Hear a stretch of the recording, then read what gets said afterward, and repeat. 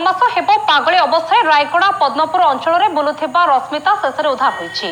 ताको उद्धार करिसेंते Sambalpur machinery of charitable संस्था। सूचना अनुसार रश्मिता 1 वर्ष पूर्वे गुड़िया बंध गाँव रघु को विवाह करथिले। विवाहर किछि दिन पर रश्मितार मानसिक स्थिति बिगड़बारे लागिथिला। परिवार अवस्था स्वच्छल नथिबारु से बड़ भौणी पाखरे किछि दिन रहिबा परे असहाय अवस्था पद्मपुर बुलुथिला। ए अवसर में असहाय सेवा संघ और पद्मपुर ब्लॉक सामाजिक संघ गुणपुर उपजिलापाल को प्रथम अवगत करते ब्लॉक मंडल अधिकारी असीमा राव रश्मिता उद्धार करते। एक खबर पर संबलपुर मेसिनरी ऑफ चैरिटेबल संस्थार 2 जन सदस्य पद्मपुर पहुंची रश्मिता को उद्धार करथिबा जणा पड़िछि।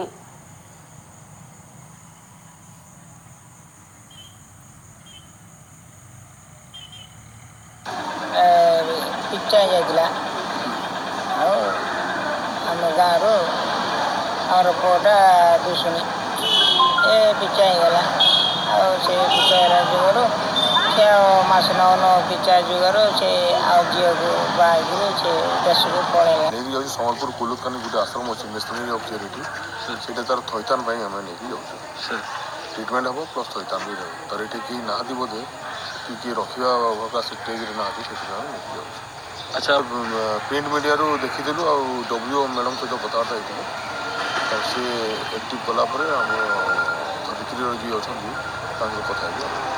4टा बुलेटिन समय आउ एक ब्रेक पर देखा आउ किछि खबर।